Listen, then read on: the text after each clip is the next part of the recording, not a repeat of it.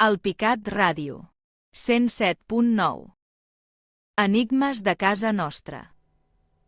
Buenas noches, amigos. Hoy vamos a hacer la segunda parte del libro Buscando a Dios desesperadamente de Manuel Carballal. En primer lugar, tenemos que agradecer tanto a Luis como a Laima la labor importante que están haciendo en nuestro programa aquí en la mesa de redacción que hoy estamos empezando por su trabajo incondicional, de alguna forma, que están trabajando para llevar a cabo técnicamente y que salgan todas las cosas bien. Tenemos con nosotros ya al Manuel Carballal en otro lado del hilo telefónico y empezamos ya. Diego, ¿qué tal? Buenas, ¿de qué vamos a hablar hoy y con quién vamos a hablar? Bueno, hoy vamos a hablar un poco de la expedición que realizó Manuel Carballal con el grupo Saga de Galicia al inicio de 2026 en Tassili, y luego reiniciaremos donde dejamos la conversación del libro Buscando a Dios desesperadamente, que nos quedamos en la primera parte del libro.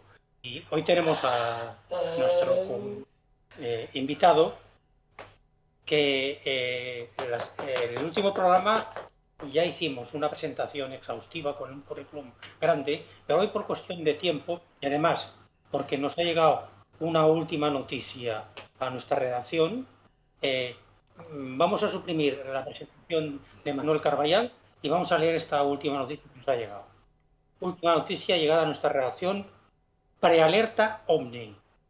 El 8 del 4 de 2026 aparece en el Universo Editorial el nuevo libro de Manuel Carballal, OVNI, los testigos perfectos, de Editorial Luciérnaga.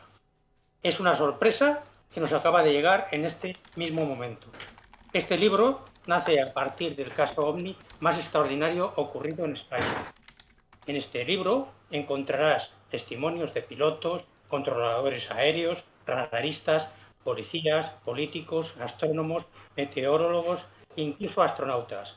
En 1993, nuestro invitado Manuel Carballal inició una investigación de un caso OVNI que estaba protagonizado por un teniente general del Ejército del Aire, que es el poseedor del récord de horas de vuelo en aviones de combate. Y además era el director del Gabinete Técnico del Ministerio de Defensa durante los mandatos de personajes tan famosos como Federico Trillo, como José Bono, como José Antonio Alonso y Carme Chacón. En 2024, tras décadas de silencio, ese militar decidió hablar, marcando el cierre de una investigación que abarcó más de 30 años.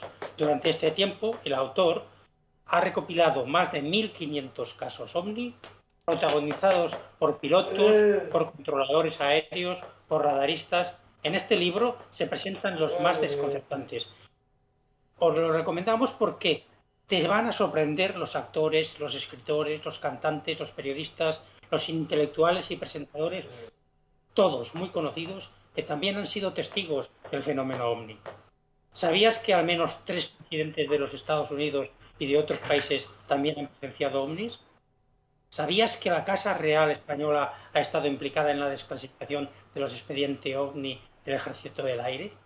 ¿Y que políticos de partidos como el PSOE, PP, Izquierda Unida, UCD o el Partido Nacionalista Vasco han llevado el tema al Congreso de los Diputados y al Senado?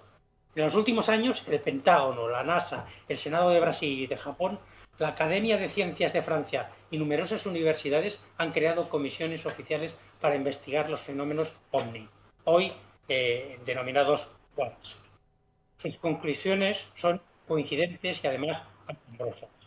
Después de esta prealerta OVNI, que como hemos dicho aparecerá en el Universo Editorial el 8 del 4 de 2026, desde nuestra redacción nos hemos preguntado: ¿cuándo duerme Manuel Carballal?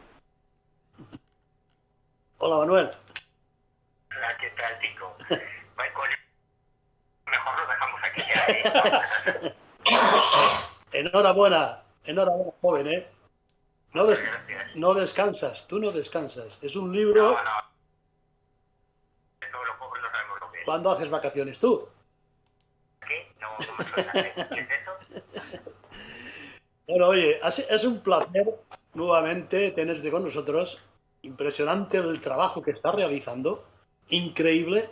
Y bueno, esto ya parece ser el trabajo definitivo, ¿no? A partir de aquí ya, bueno, ¿qué nos espera?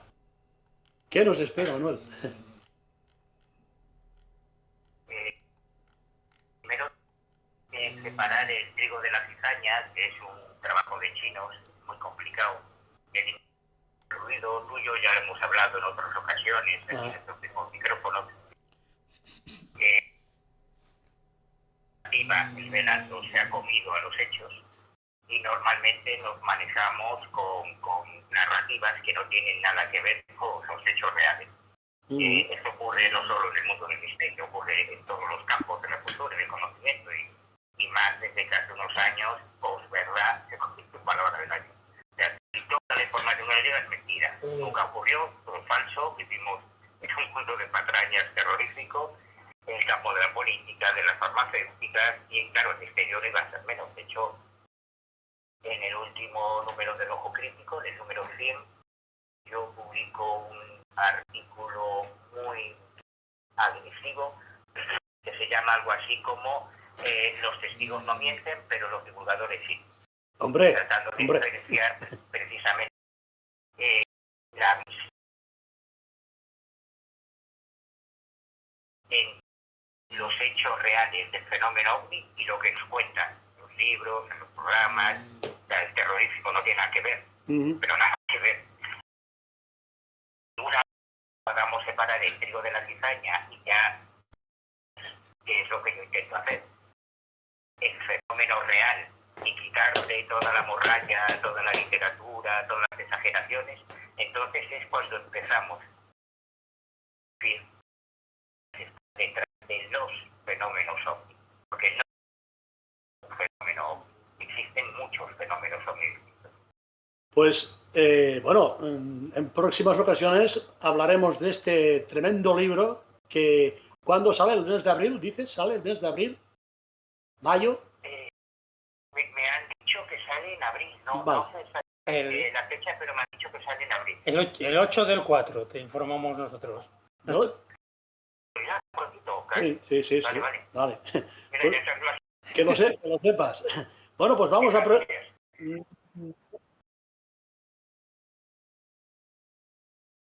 El libro, buscando esperadamente que nos quedemos de alguna forma en los milagros. Pero no obstante, antes me gustaría hacer un hincapié referente a este viaje que realizasteis al Tassili. El trabajo, el proceso. ¿Qué proceso va a seguir, Manuel?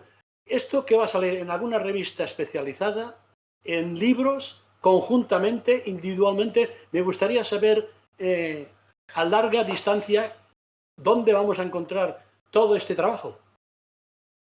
Pues en todo formato y demás. Es decir, hemos muchísimo material. Bueno, no, ayer estaba hablando con el profesor Quintía, que es el director de la expedición de la saga, de la Sociedad Antropológica Gallega, y me decía que ahora, reuniendo ya todo el material, es que son docenas de miles de fotos, docenas de miles de fotos, cientos de horas de grabación, tanto en vídeo como en audio, porque nuestro técnico de sonido ha estado grabando todo el tiempo el sonido del desierto, el sonido de Tassili, muestras botánicas que traía nuestra etnobotánica, muestras arqueológicas que traían los arqueólogos, o sea, el volumen de información es descomunal. Entonces, lo lógico ahora es procesar toda esa información para que se puedan escribir académicos desde el punto de vista de la etnobotánica, desde el punto de vista de la audioarqueología, desde el punto de vista de la antropología. Independientemente de todo eso, nuestro objetivo es hacer también uno o varios libros con las conclusiones de la investigación, un documental, que también es otro de los proyectos. Yo, por supuesto, en el próximo número del Ojo Crítico voy a sacar un reportaje, evidentemente, con mis experiencias y mis vivencias, o sea que vais a tener Tassili para aburrir.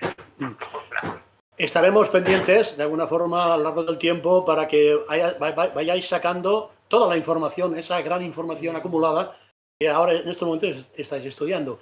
Centrándonos en el libro, Ya explicaste muy bien el proceso de beatificación de los milagros. Me asombró muchísimo, de alguna forma, que milagros hay en todas las religiones, algo muy importante, en todas las religiones hay milagros. Y bueno, empezamos de alguna forma respondiendo, que tú respondes preguntas, muchas preguntas, referente a fenómenos paranormales dentro de las religiones. Por ejemplo, no sé, el don de bilocación, lo que son los estigmas, muchas cosas que estás analizando y estudiando en este libro.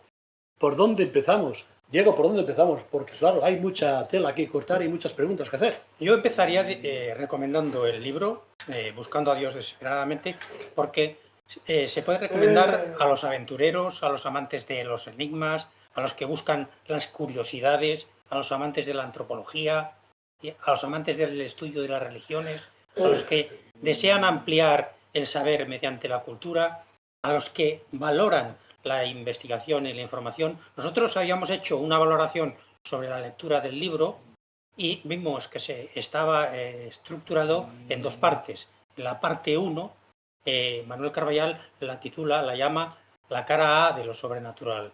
Y nosotros la hemos resumido con la siguiente frase: es como una cura de humildad, porque no somos el ombligo del mundo. Y la parte 2, que Manuel Carballal lo titula la cara B de lo sobrenatural, a la que nosotros hemos atribuido el subtítulo de cura de realidad. Nos habíamos quedado en la parte 1 hablando de otros milagros, otras culturas y religiones. Vamos a centrarnos en otro concepto que Manuel Carballal también aborda en la parte 1. Las reliquias en las religiones. Parece ser que el origen de las reliquias no es cristiano y que hay religiones con diferentes e importantes reliquias. ¿No es así, Manuel? No hay nada.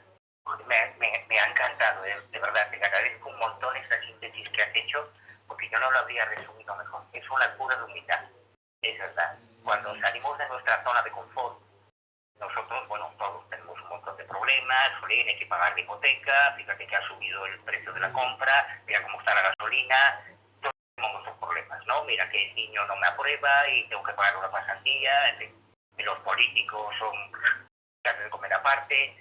Todos tenemos nuestros problemas y vivimos en una burbuja en nuestra zona de confort que está ubicada en el judio-cristianismo blanco occidental.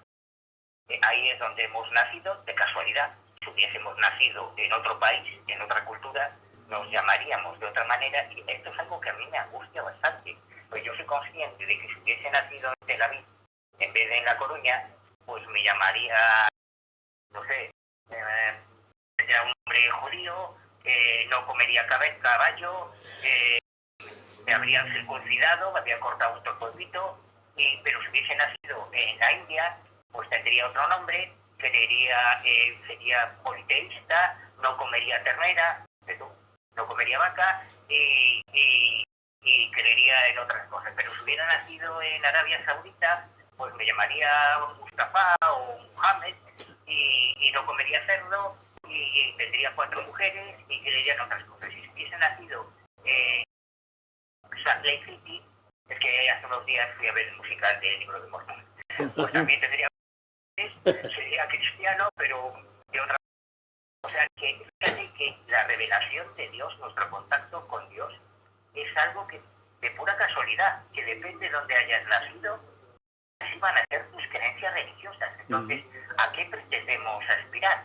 Pero del tema, cuando tú descubres que todas las religiones tienen mismas, entre comillas, garantías a sus creyentes que tiene el cristianismo, te da un vuelco el corazón, porque no hay nada en el cristianismo. Hablo de milagros, hablo de profetas, hablo de profecías del fin del mundo, hablo de religiones religiosas, todo eso está en otras religiones.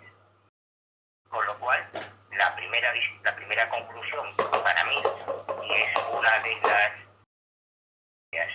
que yo suelto hacia el final del libro, ya en la segunda parte, es que Dios o es el mismo Dios para todos los seres humanos, o todos somos hijos del mismo Dios, o Dios no existe. Así de simple. Ostras. Volviendo a lo que te preguntaba, Las reliquias es común en todas las culturas y en todas las religiones. ¿Nos puedes dar algún ejemplo de reliquias de Claro. otras? Sí, sí. El mundo de las reliquias yo creo que tiene algo que ver con el mundo del fetichismo, ¿no? Con todo el respeto lo digo, en el sentido de que un objeto que podamos tocar, que podamos sentir, que podamos oler, nos acerca mucho más al origen de ese objeto, en este caso la divinidad, o lo que creemos que es la divinidad, que ningún relato, que ningún texto escrito, porque tenemos la prueba en las manos. Y en todas las religiones existen reliquias. A mí, por ejemplo, algo que me alucinó. O sea, todos conocemos el mundo de las reliquias en el cristianismo. Yo reconozco que tuve una suerte privilegiada, que yo cuando empezaba este viaje, hace muchos años, tuve la inmensa fortuna de conocer a José María Caidela. José María Caidela, uno de los referentes del mundo de las anomalías, del mundo del misterio, en los años 70, 80 y 90. Yo lo conocí ya a finales de los 80, dentro de los 90, cuando se estableció en Oleiros, un pueblecito que está a unos kilómetros de La Coruña, en Galicia, y firmó un acuerdo de colaboración con el que entonces era alcalde de Oleiros. Le cedieron un edificio y ahí se creó el Museo Caidela. Que yo, de verdad, a todos tus oyentes, si algún día viajan a Galicia en verano, en Semana Santa, o que sea, yo les invito a visitar el Museo Caidela, porque ahí está toda una vida recogida. Caidela viajó por todo el mundo, tenía desde cabezas reducidas de los jíbaros del Amazonas hasta una colección de reliquias religiosas que yo no he visto nada igual. Caidela era historiador, además de ser editor. De hecho, José María Caidela es el editor de libros fundamentales en la historia de las anomalías en España, como varios libros de Andreas Faber-Kaiser, como El muñeco humano, que es el libro más importante, la síntesis del pensamiento de Faber-Kaiser. Bueno, pues eso está editado por Caidela.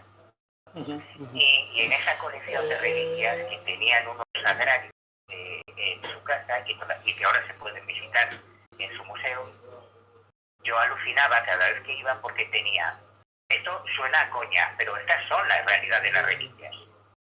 Había ido coleccionando durante toda su vida por todo el mundo reliquias que iban desde una pluma de las alas del Arcángel Gabriel hasta una muestra del himen de las 21.000 advocaciones de la Virgen María, pasando por un suspiro de San José. ¿Cómo se guarda un suspiro? Bueno, lo metían en un bote y ahí estaba el bote vacío, claro, pero que tenía en teoría, porque el judío cristiano, que es lo que conocemos mejor, sabe que las reliquias fueron un negocio brutal. Por eso se hizo la Sábana Santa, porque era un negocio brutal. Se estaban fabricando reliquias constantemente desde el siglo IV, cuando la madre de Constantino llega a Jerusalén y le venden un montón de reliquias. Sí, mire, aquí se sentó Jesús, aquí estornudó la Virgen, no sé qué. El emperador, pues claro, la tía tragaba y se llevó montones de reliquias, ¿no?, a Roma. Y ahí nace el cristianismo como religión oficial, en el siglo IV. Y desde entonces ha sido todo un tráfico de reliquias. Todavía hoy, cuando tú vas, si te fijas, que vamos siempre con prisa y entramos, hacemos la foto y nos vamos. En muchas iglesias importantes de España existen colecciones de reliquias religiosas, de santos, bueno, sin contar ya con las del Escorial, que es la mayor colección de reliquias del mundo. Lo que consiguió reunir ahí el rey en su día es brutal. Claro, entonces eso te suena mucho al cristianismo, ¿no? Y da la impresión de que solo los cristianos tenemos reliquias. Hasta que sales de tu zona de confort, te vas a la India, o te vas a Nepal, o te vas a Corea, o te vas a los países árabes, y descubres que, por ejemplo, solamente en Estambul, en un palacio que hay en Estambul, una colección de reliquias del profeta Mahoma, el fundador del Islam, que ríete tú del escorial con las reliquias cristianas. ¿Te refieres a Topkapi? Exactamente. Ahí tienes el del profeta Mahoma. Tienes el vaso donde bebió el santo grial del profeta Mahoma. Tienes la daga del profeta Mahoma. Tienes las zapatillas, las alpargatas del profeta Mahoma. En el, por ejemplo, que tiene mucho más sentido, en el budismo, igual que en el budismo, el rito funerario es la cremación. O sea, los cadáveres se queman. Hay otros ritos, en las torres del silencio, que es terrorífico en la India, donde los cadáveres entregan a los buitres para que los devoren. ¿Te refieres, Manuel, a estas altas torres que están y los queman, están ahí en el intemperie, que están a lo alto? Sí, las que están a lo alto es para que se los coman los buitres, sí. Y luego las en India como en Nepal. De hecho, hay fotos en el gobierno central de fotografías de los crematorios de cadáveres, de cadáveres, ¿no?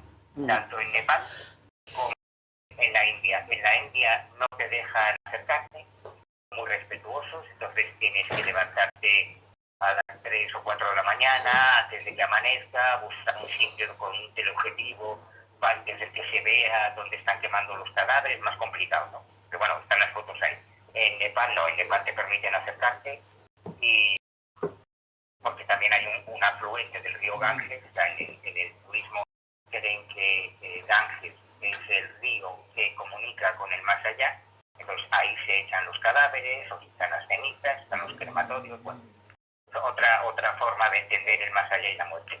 Pero aunque te quemen, hay cosas como las piezas dentales que no se queman. Entonces, una de las reliquias más alucinantes que yo he conocido son los dientes de Siddhartha Gautama, los dientes de Buda. O sea, en el cristianismo no tenemos nada de Jesús. Bueno, entre otras cosas, porque a Jesús probablemente lo enterraron en una fosa común, y entonces no hay nada de Jesús. Pero en el budismo, hace unas décadas, a mediados de los años 70, se encontró una estupa donde había un cofre donde se encontraban, según la inscripción que precedía el cofre, los restos tras la incineración de Siddhartha Gautama, del último Buda. Y así que es una reliquia que claro, lógicamente veneran todos los budistas. Muy bien.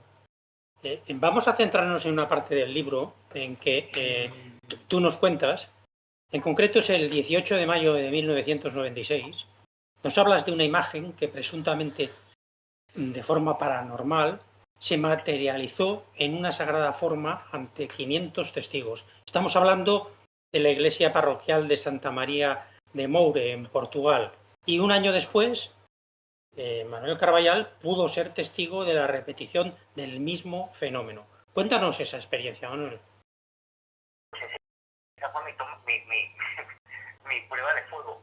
O sea, ahí es cuando yo pude ver directamente un milagro en tiempo real, eso que llamamos milagros, por primera vez, porque ya se había producido, como bien dices, un año antes, lo que se llama en la teología católica los milagros eucarísticos, que son muy importantes, porque esto normalmente los cristianos lo pasamos por encima, ya se da por supuesto, bueno, hay cosas de curas. Desde el punto de vista teológico, cuando tú vas a misa, bueno, puedes ir todos los días ahí se ofrece el sacramento de la misa. Normalmente la gente católica va el domingo, ¿no? Por la mañana es cuando se va a misa. Y cuando tú vas a comulgar, no es una parábola. Desde el punto de vista de la teología católica, en el momento en que el sacerdote emplea la gracia santificante para santificar la sagrada forma, eso pasa de ser un simple trozo de pan ácimo al cuerpo de Cristo. Porque, según la Biblia, Jesús dijo, esta es mi carne, será entregada por vosotros, y cuando cogió el vino, esta es mi sangre, que será entregada por vosotros. Entonces, desde el punto de vista del magisterio extraordinario de la Iglesia, de la teología católica, cuando tú comulgas, no te estás tomando un trocito de pan, estás comiendo el cuerpo de Cristo y la gracia que santificarte, que libera tus pecados, que es lo que eso implica, ¿no? Y cuando tú bebes, cuando el sacerdote bebe el vino del cáliz en la misa, no está bebiendo un orujo, o sea, no está bebiendo, no está tomándose una copita de vino, está bebiendo la sangre de Cristo. Por eso, cuando se producen milagros asociados a la Sagrada Forma, es decir, la hostia, son importantísimos, porque igual los satanistas, que ya lo comentamos en su día, oran muchísimo en la profanación de una forma que ha sido bendecida, porque se supone que ese es el cuerpo real de Jesucristo. Para los creyentes, ese círculo, esa oblea, esa forma, esa hostia, es la carne física de Jesús. Entonces, hay un montón de milagros. Bueno, yo de hecho publico, creo que son 3 o 4 páginas, con un listado enorme de milagros eucarísticos, dónde se dieron, cuándo se dieron, en qué consistieron, que van desde sanguinaciones, o sea que de repente la Sagrada Forma se ponga a sangrar, como si realmente fuese un cuerpo físico humano, ¿no?, de Jesús.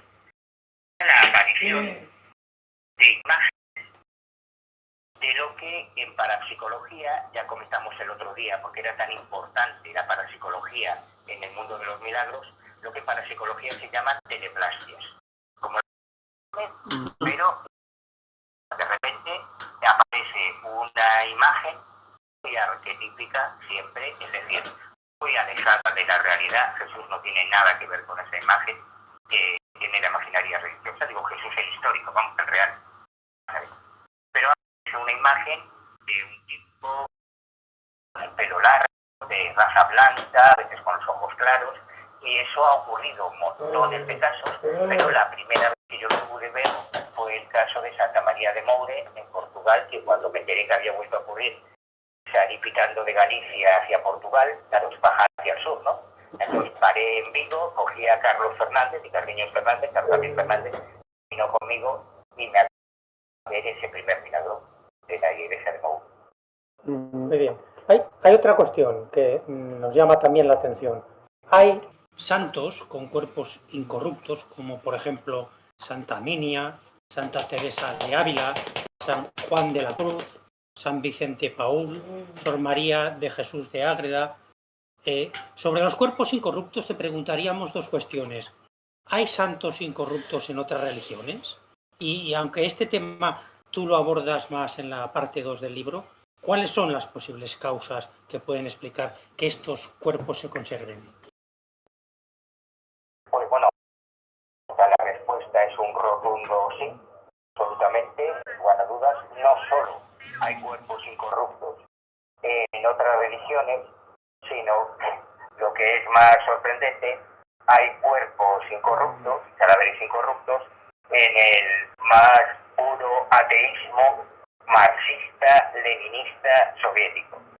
Porque la incorruptibilidad de un cuerpo físico no tiene nada que ver con la santidad. Salvo quizá, y aquí nos dan sopa con ondas, los laoístas, porque en Japón, en China, en Asia, hay monjes, muchos de ellos budistas o sintoístas o laoístas, que digamos, han desarrollado una significar su cuerpo en vida. O sea, es flipante. Es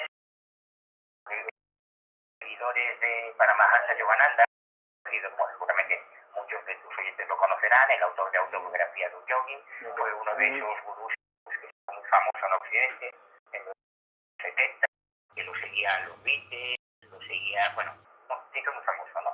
Entonces, el mito, que no es cierto, pero bueno, el mito, lo que se cuenta es que Paramahansa Yogananda decidió el día, la hora y el minuto en el que iba a fallecer. Entonces se puso en posición de loto, respiró profundamente y se murió. Y pasó a un plano. Esto es lo que dicen sus seguidores. No, la realidad no es así, pero bueno, lo dicen los seguidores. Pero lo que sí es que en varios países asiáticos existen urnas donde se conservan los cadáveres petrificados y automomificados de monjes muy venerados por su comunidad que en un momento determinado decidieron dejar de vivir. Entonces empiezan un proceso durísimo, terrible, muy doloroso, que consiste en dejar de comer e ir ingiriendo solo un tipo de plantas que evidentemente son venenosas y que te van momificando de dentro a afuera hasta que falleces y tu cuerpo se queda intacto. Y esas fotos, de hecho ya publico alguna en el libro, esas fotos tú las puedes ver a esos monasterios y los puedes fotografiar. Y esos son santos que se han automomificado en vida. El tema de los cadáveres incorruptos es muy diferente. Yo en su día fui a consultar a varios antropólogos forenses, buenos amigos, que me explicaron todas las razones por las que se podía... Mira, además tiene mucho que ver con Cataluña, porque yo había estado, no sé si os acordaréis del Negro de Bañolas? Sí, del Museo d'Auder, ¿no? Exactamente, yo estuve en el Museo d'Arrée allá en los años 80, cuando estaba preparando la primera parte de este libro, todavía estaba expuesto el Negro de Bañolas, y además del Negro de Bañolas había un montón de casos de malformaciones genéticas, por lo que yo me fui a las Bañolas, o sea, Bañolas, al Museo d'Arrée de Historia Natural, había un montón de criaturas que eran totalmente teratológicas, porque había ovejas con 2 cabezas, cabras con 5 patas, otras con 4 alas, una cosa rarísima, con alas, y lo que más me acuerdo, que había sido el autor de contar, o sea, le llamaban de repente cuando había un parto difícil o una granja, y él era ejecutar el parto. Entonces cuando salía un bicho raro de estos, él lo disecaba, lo llevaba a un taxidermista y eso se mantenía, creo que todavía se mantiene en el aula. Y flipé cuando vi a este africano momificado y me explicaron que no era un cuerpo incorrupto, un cuerpo momificado. La momificación se puede dar por causas artificiales, como era el caso del Negro de Bañolas, o muchos santos que nos venden como milagros, muchos santos, bueno, desde Mario Putis, el chaval el santo de los youtubers, ese chaval no es que el cuerpo estuviese incorrupto, es que lo momificaron artificialmente. Santa Minia, que se venera en un pueblecito que está muy cerca de Santiago de Compostela, es espectacular. Ya también saco varias fotos en el libro. Sí. Santa Minia no es un cuerpo incorrupto. Santa Minia es una muñeca rellena, es un cuerpo momificado, como cuando se lleva un taxidermista para que preparen una pieza de caza. Y yo he cazado un elefante, pues Rijonda. He cazado un elefante, pues quiero que me prepares la cabeza para colgar el elefante. Pues exactamente igual, eso no es un cuerpo momificado, pero, o sea, un cuerpo incorrupto, pero es que incluso en el caso de los cuerpos incorruptos, que yo entiendo que genera mucha devoción y que los creyentes que tienen en su parroquia un cuerpo incorrupto de un santo no quieren saber la verdad. Oye, yo tengo un brazo de Santa Teresa, porque Santa Teresa nos ha elegido y la tenemos aquí y ella nos va a proteger y va a ser un canal de comunicación con Dios. ¿Cómo vas a tú a venir aquí a decirme que esto no es un milagro? Así que no hay ningún cadáver incorrupto de origen sobrenatural en ninguna religión. Las mismas carencias que tenemos los cristianos, que queremos creer que eso es sobrenatural, las tienen los budistas, los musulmanes, los taoístas, los hinduistas, todos. Y salvo ese tema de la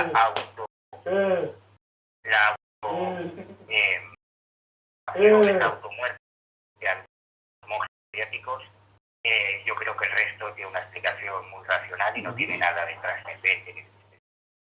Hay un episodio alucinante que nos ha llamado muchísimo la atención en el libro y que tiene que ver con las apariciones marianas. Manuel, cuéntanos el episodio milagroso en el Plató 1000 de la televisión de Galicia y que Pepe Navarro quiso repetir en su programa Esta noche cruzamos el Mississippi. Qué bueno. Pues la verdad, mira, este es uno de esos episodios que yo no he conseguido explicar. No soy capaz. Para mí permanece como inexplicado todavía, porque no fue una cosa rarísima. En el año 1988 yo empecé a colaborar yo vivía con mis padres, era estudiante, pero me ofrecieron durante las vacaciones de verano colaborar con un programa que se iba a hacer en la televisión de Galicia. Yo empecé como redactor en la televisión de Galicia. En el año 92 me volvieron a invitar para el primer programa era Noche de Badaladas. En el año 92 me invitaron para también colaborar durante el verano como redactor en el programa Tanto Silencio, y ya en el año 93 me llaman de la misma productora y me dicen que quieren que yo presente y dirija mi propio programa. Ya no estaría como redactor, sino que yo tendría toda la responsabilidad para hacer lo que me diera la gana. Entonces, como yo parto de la base de que lo paranormal, como es verdad, como es real y como existe, se puede demostrar, y el que dice que lo paranormal no es paracientífico, no, es que eso la ciencia no lo puede estudiar, ese es un sinvergüenza y te está vendiendo una moto. Lo que existe se puede demostrar. Y si no se puede demostrar, es que no existe. Así de fácil. Entonces, como es real, yo monté una parrilla de 13 capítulos, de 13 programas, en los que había el formato tipo de un programa de televisión. Teníamos un reportaje, nos fuimos por toda España a grabar a JJ Benítez, a Javier Sierra, mucha gente, que luego además estaban en el plató, pero que también grabamos testigos de avistamientos de ovnis, de apariciones, de poltergeist, un reportaje. Luego también incluíamos en varios una encuesta, que iban unos compañeros, redactores, y le preguntaban a la gente: ¿usted qué opina de las psicofonías? ¿Usted qué opina de Monstruos Lagones? ¿Usted qué opina de las apariciones marianas? Pero el plato fuerte, bueno, luego teníamos 3 invitados por programa en una tertulia, ya que era lo que sacaba el programa. Al final, y por ahí desfiló a vino, ¿cómo se dice? Pero el fuerte es que yo pretendía demostrar en el plató, en directo, existe eso que llamamos paranormal. Por ejemplo, el día que hablamos del poder de la mente, pues trajimos a Mika Wittmanska, que es una psíquica polaca, quemamos una tonelada de leña fuera del Plató 1000, la metimos en una parrilla y caminamos descalzos sobre las brasas, tanto yo como mi realizador, miembros del equipo y la misma Mika Wittmanska, para que se viera que sobre brasas es real y lo puede hacer cualquiera. Y se hace, se ve. Hablamos de espiritismo. Bueno, pues trajimos al medium brasileño José Medrano, que en trance pintase cuadros de los grandes maestros de la pintura, que es lo que dan. Entonces vino Medrano y pintó ahí con las manos en varios cuadros mediúmnicos de maestros de la pintura. Bueno, pues hablamos de parapsicología, nos traemos a Uri Geller, todavía no se había ido a Israel, todavía vivía en Londres. Nos trajimos a Uri Geller y dobló cucharas, movió brújulas y hizo las cosas allí en directo. Pero claro, yo quería hacer un programa de las apariciones marianas, de los milagros, que es lo que a mí me interesaba más, los fenómenos místicos.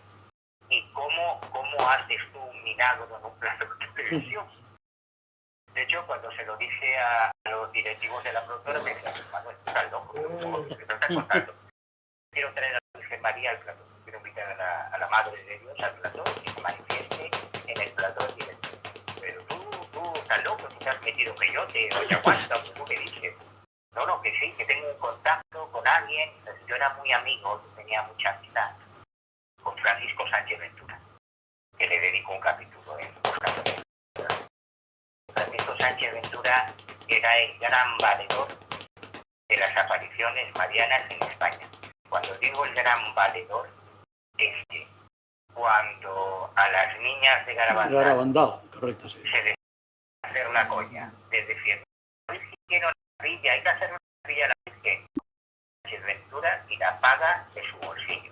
No sé cuántos millones de personas podrían tener dinero, un constructor muy importante en Zaragoza, y el tío fue por la vida de millones, y con las apariciones marianas, y las apariciones marianas se lucraban con él. Entonces, claro, yo le pregunto, claro, tú te puedes imaginar, Sánchez Ventura para mí fue, vamos, una llave maestra para acceder a un montón de videntes marianos, para conocer a estigmatizados, para poder ver y tocar los estigmas de muchos místicos. Y cuando yo le planteo que quiero hacer un programa, y además se lo decía con el corazón, de verdad, porque yo lo que quería es demostrar lo paranormal es real, y como es real, está aquí, lo puedes ver, no es cierto que no se pueda ver, es mentira. O sea, cuando Grifol te decía, tú quieres ver un ovni, vete a Montserrat, pues toma tu ovni, ahí lo tienes. Esas son las cosas que valen, todo lo demás es cuento, y es mentira, y es la mayoría. Bueno, entonces yo hablo con Sánchez Ventura me pone en contacto con Rami Sánchez, que es una mística mariana, es una vidente mariana, ella tuvo una experiencia personal con la Virgen, en unas apariciones en Girona, creo recordar, Girona o Barcelona, no me acuerdo. Y a partir de ese momento ella también incorporaba a la Virgen, caía en trance y la Virgen se manifestaba a través de ella. Pues claro, la apuesta era muy alta, porque yo invité a Rami al programa, claro, yo con todo el respeto del mundo le dije, mira Rami, mi idea es esta. Yo lo que quiero es que si la Virgen se manifiesta, joder, aquí tienen las cámaras de la televisión de Galicia. ¿Cómo va a llegar a más gente que si se manifiesta delante de unas cámaras de televisión en directo, sin truco ni nada? Y Rami aceptó. Rami se vino a Santiago de Compostela, llegó el día de la grabación del programa. Yo estoy cansado porque digo, joder, si no pasa nada, ¿qué hacemos? Nos ponemos a rezar el rosario, todos así de rodillas en el plató. Pero no, fue espectacular, porque yo le pedí, entrevisté, venía con médicos, porque ella teóricamente estaba paralítica y ella recuperó la movilidad precisamente con la Virgen. Y llega un momento que ya le digo, bueno, pues tú puedes pedirle a la Santa Virgen que se manifieste, nosotros estaríamos en casa, ¿verdad? Ellas tienen una asistente que ayuda, y por la Virgen María, ¿qué es lo que pasa en las apariciones marianas? Es que lo guay del mundo misterioso es que te llevaba lo que tú puedes ver en el mundo del misterio, te lo llevaba a tu casa. Porque lo que veías es lo que ves si vas a Garabandal, si vas a Fátima, si vas al Palmar de Troya, si vas al Escorial, si vas a cualquier centro de apariciones marianas, que es una señora de rodillas hablando, en teoría es la voz de la Virgen, que no sé por qué a la pobre Virgen le pone una voz tan distinta, pero lo que es que os referís es que de repente en el plató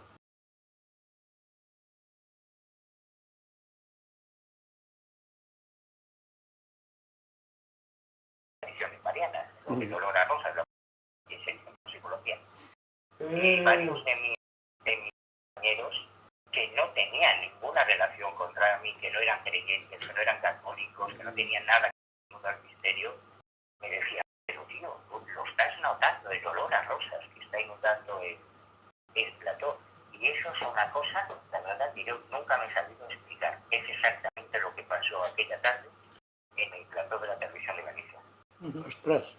Oye, Manuel, se me ha quedado ahora algo en el tintero, puesto que el don de bilocación, de levitación, las apariciones marianas, ¿son exclusivas del catolicismo o hay en otras religiones? En todo lo de la bilocación, hay una serie de fenómenos místicos que además fue lo que generó un problemón terrorífico, un problema teológico insalvable a los primeros misioneros que llegaban a la India o que llegaban a África o que llegaban a América y se encontraban con personas que sí, que eran muy veneradas en sus respectivas comunidades, pero que no eran cristianos, que no estaban bautizados, que no podía Espíritu Santo operara a través de ellos. Y sin embargo, protagonizaban los mismos fenómenos, o eso contaban porque este tema, Jolín, es que cuando ya llegaremos a esto, si queréis, que es el tema más heavy, lo de resucitar muertos. Lo de resucitar muertos, tanto la religión, todo el mundo resucita muertos. No, me gustaría, la pregunta de alguna forma es, María Jesús de Ágreda, se habla de que estaba en clausura, cantando, y estaba levitando varias horas. ¿Es cierto esto? El plato fuerte de San María Jesús de Ágreda es la bilocación. Sí, bueno, está. Se supone, Sí. se describe en una monja vestida de azul, la dama azul, es el título de la novela famosa de Javier Sierra, Javier que Sierra. popularizó el olvido, el caso de María Jesús de Ágreda, de muchas otras santas que en clausura teóricamente se aparecían en otros lugares. Pero eso es algo recurrente en el mundo de todas las religiones. Mahoma estaba hoy en la Meca o en Medina y al mismo tiempo estaba en Jerusalén. En Buda hay miles de casos, de santos contemporáneos, de santos modernos. Yo de hecho hago una lista uno por uno de un montón de santos hinduistas y budistas, que esto es muy interesante, no todo el mundo se percata de este detalle, porque el cristianismo es un monoteísmo, creemos en un solo Dios. El judaísmo es un monoteísmo, creen en un solo Dios. El islam es un monoteísmo, creen en un solo Dios. Los bahá'ís, los sikhs son monoteísmos, pero el budismo es una religión que no cree en Dios, es una religión sin Dios. Y el hinduismo es un politeísmo. En el hinduismo hay como 6 millones de dioses. Que los mismos fenómenos, supuestos fenómenos, se describan en religiones con un solo Dios, en religiones sin Dios, en religiones con muchos dioses. Hombre, yo creo que es una pista interesante para saber de qué estamos hablando. Que una cosa es el relato, que es lo de siempre, y otra cosa es el hecho en el que se sustenta. Carlos Castaneda, por ejemplo, inventó lo adaptó, lo del doble, la idea del doble, que es que él aseguraba que cuando entró en contacto con don Juan Matus, aprendió unas técnicas mágicas para generar un doble o un triple de tu cuerpo físico. Con lo cual, esto es así, es brutal. Castaneda iba caminando por la calle un día, por el campus de la Universidad de UCLA. Se cruzaba contigo en la cafetería. Te cantaba una hostia con toda la abierta que te ponía la cabeza giratoria. Y cuando tú le decías, pero hijo de puta, ¿pero por qué me has pegado? Al día siguiente, ¿no? Tú te lo encontrabas en el ascensor, le decías, oye, la hostia que me soltaste ayer en la cafetería. Y te decían, ¿quién, yo? No, sería mi doble. Yo no, eso era el doble. Ya sabes que como yo me vi loco, pues estoy aquí, estoy allá, y hacía, le daba gana, tenía un nivel de poder con el rollo de la bilocación, pero por todos los milagros que se describen en los santos cristianos, se describen en santos de otras religiones, y la bilocación es uno de los más recurrentes. ¿Por qué? ¿Por qué fueron perseguidas estas personas por la Iglesia Católica? Por la Inquisición. No fueron perseguidas, es que tuvieron que cambiar pilares de los signos de divinidad, y Benedicto fue el primer papa que, muy lúcido, bueno, de hecho yo creo que hay Iglesia Católica ejemplar. Ojalá todas las religiones siguiesen el modelo de la Iglesia Católica, que empezó con el Papa Benedicto XIV, que fue el primero que emitió una encíclica papal, o sea, que no puede ser más, no se puede decir más arriba de la Iglesia Católica, diciendo, cuidado con esto de los fenómenos sobrenaturales, porque tenemos que aprender a discernir cuáles de estos fenómenos son realmente un milagro, una intervención, una intercesión del Espíritu Santo, y cuáles fenómenos que tengan una explicación de las ciencias naturales, lo que luego se llamaría la parapsicología. Fue ya Benedicto XIV, pero es que Juan Pablo II, hace 3 papas, no hace tantos, fue el que actualizó ya para el siglo XXI todos los protocolos de investigación de los milagros y los prodigios en la Iglesia Católica. Y ahora, el actual dicasterio para las causas de la fe, dicasterio para la doctrina de la fe, como se llama técnicamente, es un dicasterio, es un departamento, es una oficina, son los expedientes X del Vaticano. Está en el Vaticano, en un lugar terminado, ahí están los miembros del dicasterio, que son como el agente Mulder y la agente Scully, igual, y se dedican a investigar supuestas apariciones marianas, supuestos milagros, supuestos prodigios, y no pasan ni uno. Bueno, no es cierto que no pase ni uno, en algunos dicen, sí, esto es auténtico, pero están repartiendo estopa y además diciendo cosas que nosotros ya sabíamos, por lo tanto sabemos que tienen buen criterio. Nosotros ya sabíamos que las apariciones de Garabandal son un fraude. Bueno, ya lo sabíamos. Ahora sale el informe del dicasterio, las apariciones de Garabandal, no consta su sobrenaturalidad. Y las apariciones del Escorial, ya sabíamos que son un fraude. El Palmar de Troya, ya sabemos que son un fraude. Lo puso a bien el dicasterio y dice, no, aquí no hay sobrenaturalidad, aquí no hay sobrenaturalidad. O sea que lo están haciendo realmente muy bien. Yo creo que la Iglesia Católica en este sentido es ejemplar. Manuel, ¿qué paralelismo podemos encontrar en las diferentes religiones del mundo en el caso de la resurrección de los muertos?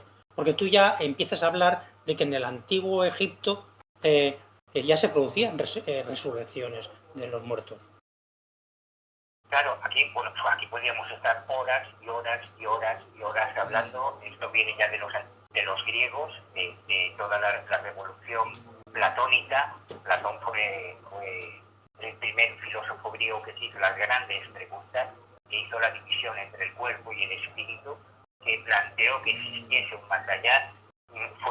De ahí bebieron las raíces fundamentales del cristianismo, porque Jesús era judío, tenía un pensamiento muy diferente. Claro, el cristiano dice que el cristianismo muy posterior a Jesús. Jesús era un judío devoto, radical, y nunca intentó montar ninguna religión.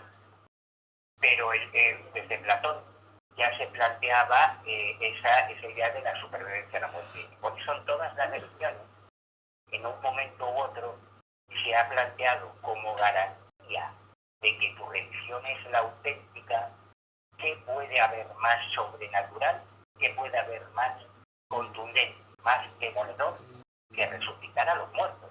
O sea, es que no puede haber nada más. Claro, el Islam, por ejemplo, en el Islam, en el Corán, Mahoma resucitó a varios muertos. En la Biblia, Jesús, todo el mundo se acuerda del caso de Lázaro, levántate y anda, ¿no? Y las hermanas van a buscar. Y viene Jesús, se mete en la cripta y sale Lázaro, darle de comer. Pero además de ese hay 2 casos más, por lo menos, en el Nuevo Testamento. Pero es que en el budismo, que es 500 años anterior al cristianismo, Buda resucitaba muertos. En el hinduismo, que es 2500 años anterior al cristianismo, Vishnu, Shiva, los grandes dioses del hinduismo resucitaban muertos. Hasta los Sikhs, que son los menos conocidos, los Sikhs, mira, en Barcelona tenéis un templo Sikh súper chulo, que yo por lo que subía, los Sikhs son la 5ª religión más importante del mundo, no es moco de pavo, se les reconoce enseguida, aunque mucha gente los confunde con musulmanes, no tienen idea, son estos que tienen que ir siempre con su turbante, no se cortan el pelo, tienen las barbas muy largas, o que tienen que ir con una daga. Bueno, pues en los Sikhs yo me he encontrado en la India también las descripciones de resurrecciones de muertos por algunos de los santones, de los gurús se llaman, de los Sikhs. Esa es la razón también por la que los filólogos, los historiadores del cristianismo primitivo difieren, y es un tema súper chulo, porque hay un montón de milagros que se atribuyen a Jesús, o sea, los evangelios describen un porrón de milagros de Jesús, ¿no?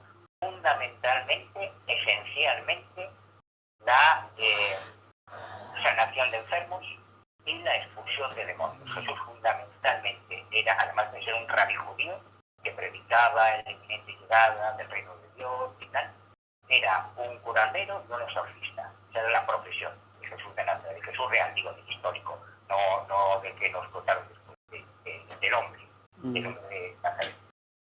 Pero luego hay algunos que son espectaculares, como lo de caminar sobre las aguas, lo de resucitar a los muertos, lo de parar una tempestad, que los mismos historiadores, son científicos, que son académicos, te dicen que nosotros no tenemos ningún problema en aceptar como reales los milagros de Jesús, que tienen que ver con la expulsión de demonios, que tienen que ver con la curación de enfermos, porque Jesús era un tío increíble, súper inteligente, súper carismático. O sea, solo hay que leer sus dichos, las sentencias de Jesús. Hasta los judíos que no creen en Jesús, los judíos, los textos judíos, los textos rabínicos, hablan de aquel rabí, de aquel profeta satánico que echaba demonios y que curaba gente por su relación con el demonio. O sea, que aceptaban los mismos, esto es muy importante, los mismos detractores de Jesús, los mismos judíos, el Sanedrín, reconocían que Jesús hacía cosas que ellos no podían explicar, pero decían, tiene que ser cosa del demonio. Eso será cosa de su alianza con el demonio. O sea, que eso está documentado, que es real. Pero todos esos otros milagros que aparecen en otras religiones, la conclusión de los estudiosos académicos es que son parábolas, son añadidos que se fueron incorporando, sobre todo a partir del siglo II, cuando se va ya escribiendo los evangelios posteriores a Saulo de Tarso, y luego ya mucho después, a partir de finales del siglo II, principios del tercero, cuarto, ya llegan los apócrifos, que ahí ya al histórico, ya son delirios, o sea, son los gnósticos, son como mensajes psicográficos, que pueden dar la misma identidad a los apócrifos y a la psicografía de es lo mismo, ¿no? Pero esos milagros de curaciones, de expulsión de demonios y tal, están reconocidos, vamos, que la ciencia no tiene ningún problema para aceptar esos milagros en el caso del cristianismo, pero también en el caso de las curaciones y de la expulsión de demonios que hacía el profeta Mahoma, o que hacía Moisés, o que hacía Buda, o que hacía Krishna. Eso, Manuel, estamos llegando al final. ¿Tienes un poco más de tiempo o qué te parece a ti? Bueno, tengo cita, pero... sí. Vale, de acuerdo. En 5 minutos, 5 minutos. pasamos por encima milagros curiosos, como por ejemplo el que tú citas en el libro, que es una gallina que en un pueblo de Kazajistán ha puesto un huevo con la palabra de Alá. Hay milagro, el famoso milagro de la leche de 1995 que paralizó a la India, pero una vez llegada a la 3 de tu libro, entras en la segunda parte que tú titulas La cara B de lo sobrenatural, y yo te preguntaría, ¿qué tienen en común, pues por ejemplo, el padre Portela de Galicia, el cardenal Bernard Francis Long, el imán musulmán Komarudin, el hindú Sai Baba y el asceta monje budista Swami Rama? ¿Qué tienen en común? Sinvergüenzas matas, desgraciados. A ver, No digas eso, tiene un poco de...